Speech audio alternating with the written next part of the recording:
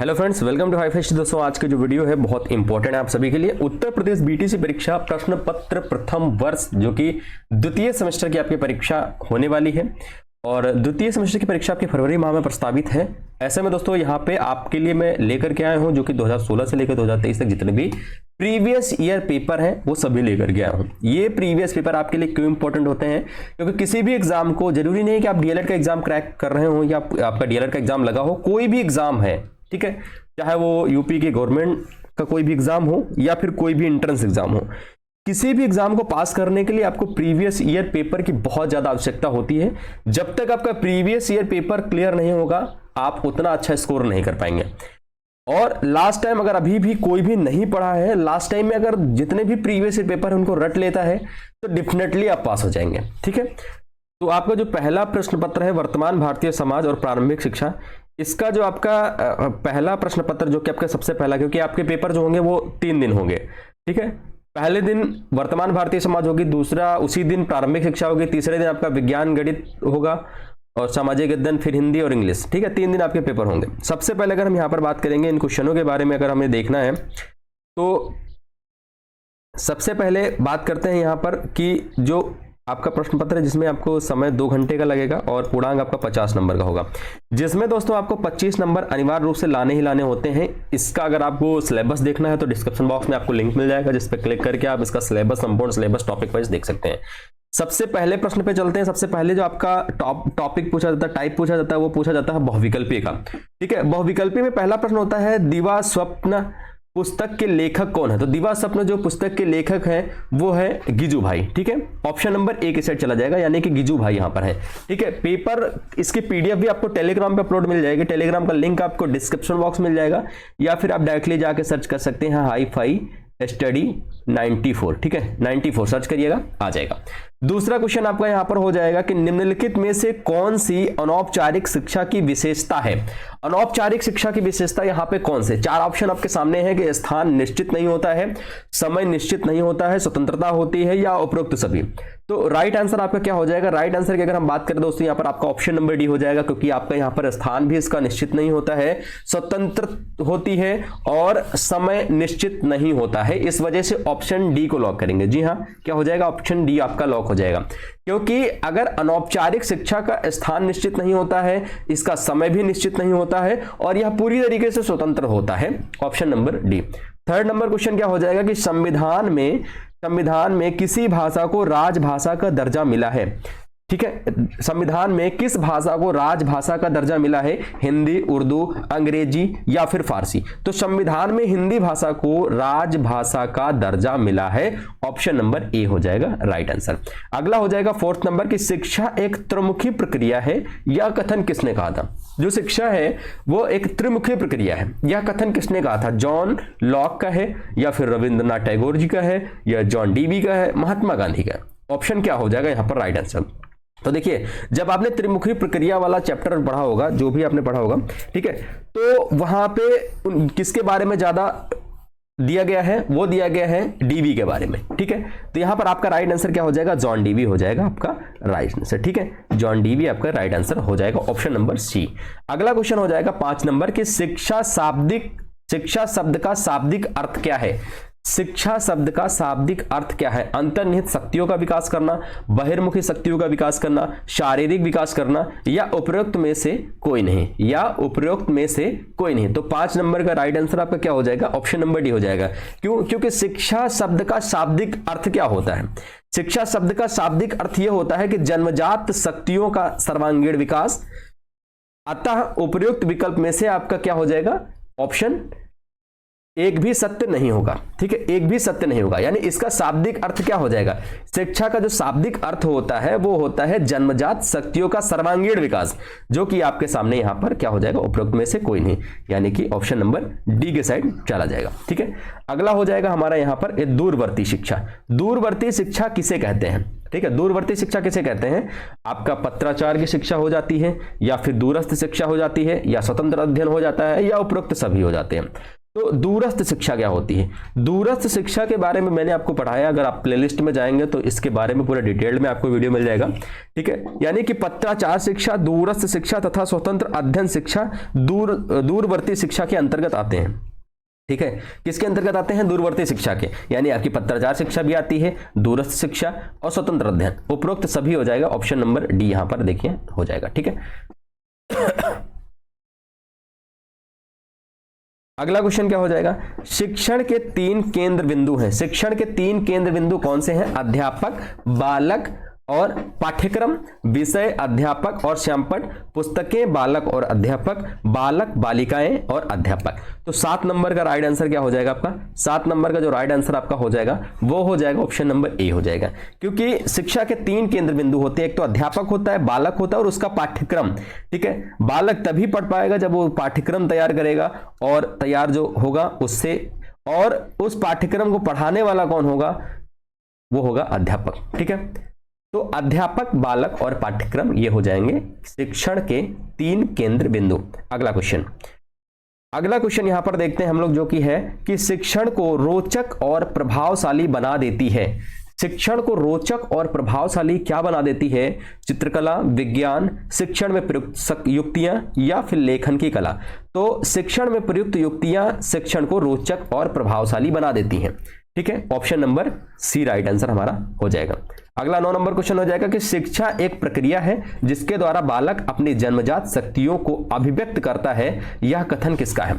ठीक है, यह कथन किसका है? जॉन डीवी का है, रूसो का है, फ्रॉबेल का है या फिर मॉन्टेसरी का है?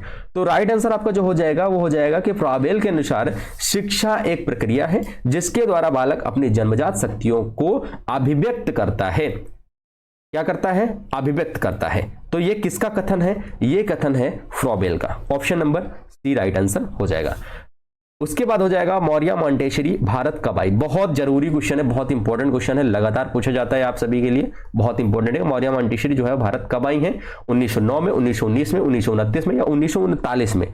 तो राइट आंसर आपको क्या हो जाएगा? सन 1939 में मौर्य मॉन्टेसरी जो है वो भारत आई है, 1939। ऑप्शन नंबर डी को लॉक करेंगे।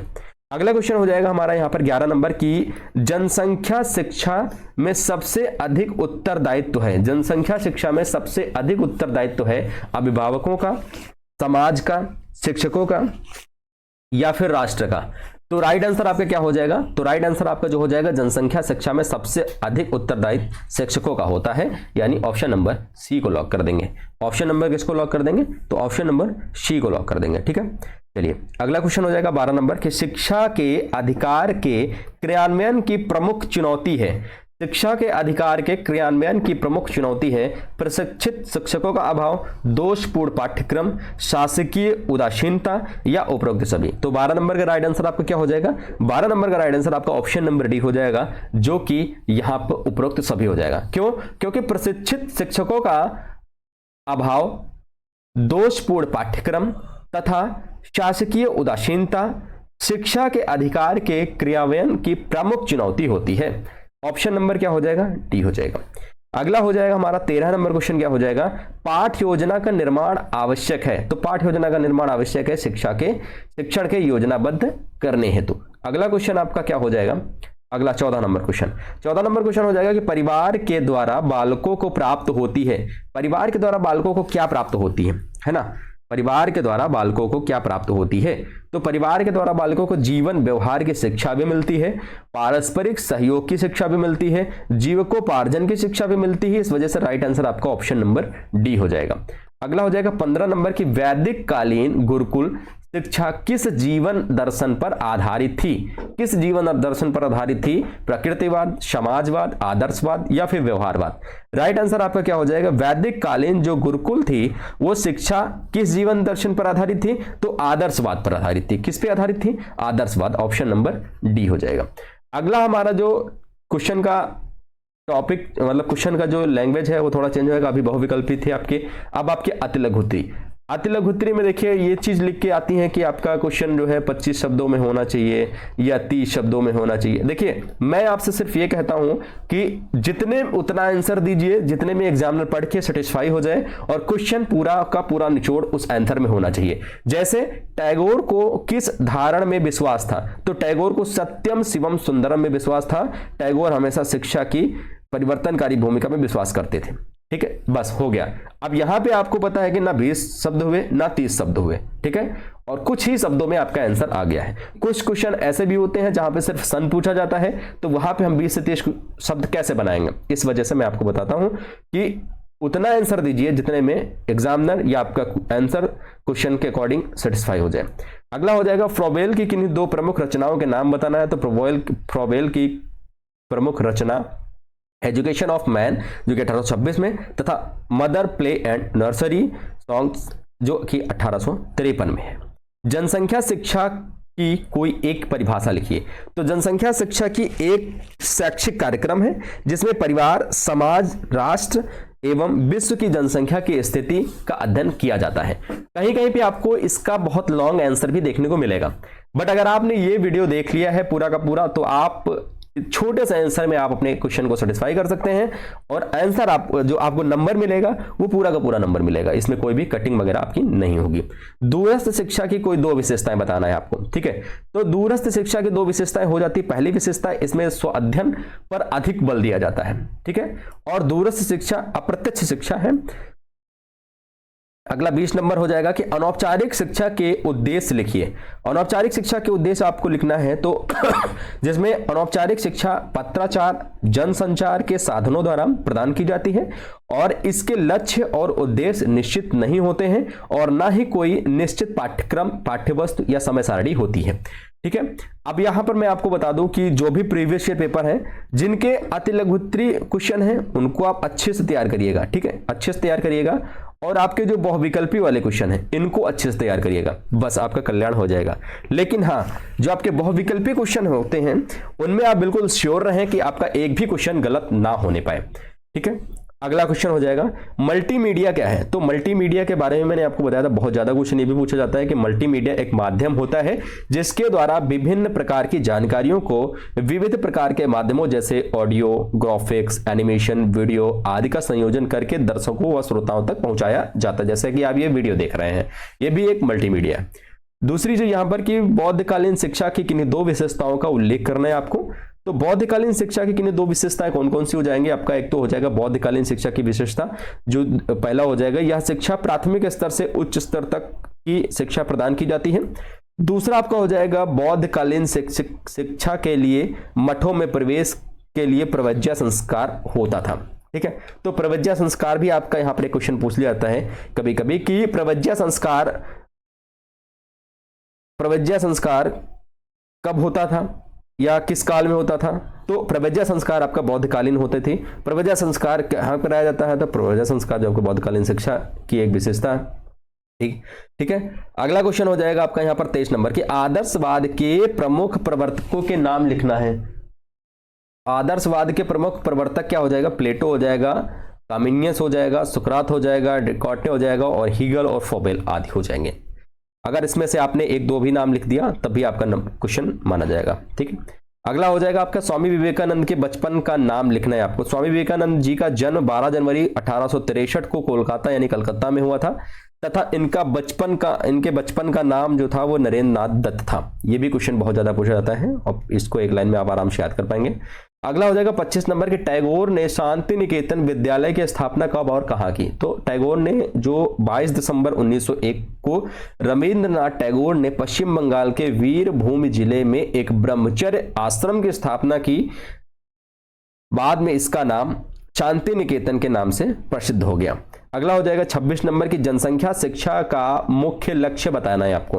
तो जनसंख्या शिक्षा का मुख्य लक्ष्य आपका क्या हो जाएगा। जनसंख्या शिक्षा के मुख्य लक्ष्य आपके निम्नलिखित है, जैसे छात्रों में परिवार के आकार के प्रति समझ विकसित करना, जनसंख्या की वृद्धि और कारणों और परिणामों को समझने में व्यक्ति की सहायता करना। दूसरा आपका पर्यावरण प्रदूषण का अर्थ आपको बताना। तो पर्यावरण प्रदूषण का तात्पर्य मानव गतिविधियों के कारण पर्यावरण में किसी भी अवांछित सामग्री के शामिल ना होने से है, जो पर्यावरण और पारिस्थितिकी में अनवांछनीय परिवर्तन का कारण बनता है। अगला हो जाएगा 28 नंबर की बुनियादी शिक्षा प्रारंभ किसने किया। तो बुनियादी शिक्षा का प्रारंभ महात्मा गांधी ने किया था, जिसे आज विश्वविद्यालय स्तर पर फाउंडेशन कोर्स कहा जाता है। प्लेटो द्वारा स्थापित संस्था का नाम क्या था। तो प्लेटो द्वारा संस्था का नाम प्लेटोनियस स्कूल ऑफ थिंक और अकादमी है, और जो यूरोपीय महाद्वीप पर उच्च शिक्षा की पहली संस्था थी। ठीक है, तो आपसे ये भी पूछा जाता है कि यूरोपीय महाद्वीप में उच्च शिक्षा की पहली संस्था क्या थी। ठीक है, तो इससे आप बता भी सकते हैं, क्योंकि आपका यहाँ से 2 से 3 क्वेश्चन आराम से बन जाएगा किसी भी तरीके से। क्वेश्चन आपको एक याद रखना है, बट उसको तोड़ मोड़ के किसी भी तरह क्वेश्चन की लैंग्वेज को चेंज किया जा सकता है, याद रखिएगा। राज्य से क्या अभिप्राय है। तो राज्य उस संगठित इकाई को कहते हैं जो एक शासन यानी सरकार के अधीन हो। ठीक है, उसके बाद लघुत्तरी क्वेश्चन। देखिए लघुत्तरी क्वेश्चन लगभग 50 शब्दों में भी पूछा जाता है कहीं कि हाँ 50 शब्दों में, या फिर ठीक है ऐसे भी होता है। लेकिन आप देख सकते हैं यहाँ पर कि शिक्षा एक त्रिमुखी प्रक्रिया है, स्पष्ट करना है। तो जॉन डीवी ने शिक्षा को त्रिध्रुवीय प्रक्रिया के रूप में परिभाषित किया है। जॉन डीवी का मानना है कि शिक्षा प्रक्रिया में शिक्षक अपने छात्र को निश्चित समय में निश्चित विधि से निश्चित विषय वस्तु को निश्चित स्थान पर प्रदान करता है, इसलिए शिक्षक शिक्षार्थी के साथ ही साथ निश्चित पाठ्यक्रम का होना भी आवश्यक है। दूसरा क्वेश्चन आपका ये भी इंपॉर्टेंट है कि वैदिक कालीन, इसमें आपके टोटल जो वैदिक कालीन शिक्षा की विशेषता क्या है। तो वैदिक कालीन शिक्षा की विशेषता इसमें हो गया कि तो मोक्ष प्राप्त करना, संस्कृति का संरक्षण, स्वास्थ्य चरित्र का विकास, सामाजिक कुशलता की प्राप्ति, व्यक्तित्व का विकास, ये सारे हो जाएंगे आपके। ठीक है, दूसरी चीज यहाँ पर इसकी पीडीएफ भी मैंने आपको टेलीग्राम पे प्रोवाइड कर दी है, जिसपे आप आराम से इसको पढ़ सकते हैं और जो भी क्वेश्चन है वो आप रीड कर सकते हैं। बाकी सिलेबस देखने के लिए डिस्क्रिप्शन बॉक्स में आपको लिंक मिल जाएगा, या फिर आप हमारी वेबसाइट पे भी जा सकते हैं जो कि dlsnews.in है। ठीक है, DELEDNEWS.in। ठीक है, dlsnews.in और .com दोनों पे आप कहीं भी जा सकते हैं। दोनों जगह आपको जो इसका जो डिटेल्ड में जो सिलेबस है वो दिया गया है, साथ में न्यूज़ से रिलेटेड जो आपका एग्ज़ाम है उससे रिलेटेड भी नोटिफिकेशन आपको वहाँ पर सबसे पहले मिलती रहती है, और जो भी रिजल्ट से रिलेटेड अपडेट होते हैं वो भी आपको वहाँ पर मिलते रहते हैं। तो आई होप सारी चीज़ें आप लोग उसको चेकआउट करना बिल्कुल भी नहीं भूलेंगे। ठीक है, तो वहाँ पे आपको बहुत ज़्यादा अपडेट मिलते रहते हैं, और लगभग सारी पीडीएफ भी वहाँ पे आपको अवेलेबल रहती हैं वेबसाइट पे। ठीक है, तो वहाँ पे जाना आप लोग बिल्कुल भी मत भूलिएगा, और dlsnews.com और dlsnews.in। आई होप सारी चीज़ें आपको समझ में आ गई होंगी। बाकी के जो प्रीवियस पेपर हैं वो सभी आपको मिल जाएंगे बहुत जल्द, और उम्मीद करते हैं वीडियो पसंद आएगा। इस वीडियो को शेयर करिएगा तो दोस्त मित्रों के साथ। जय हिंद, वंदे मातरम।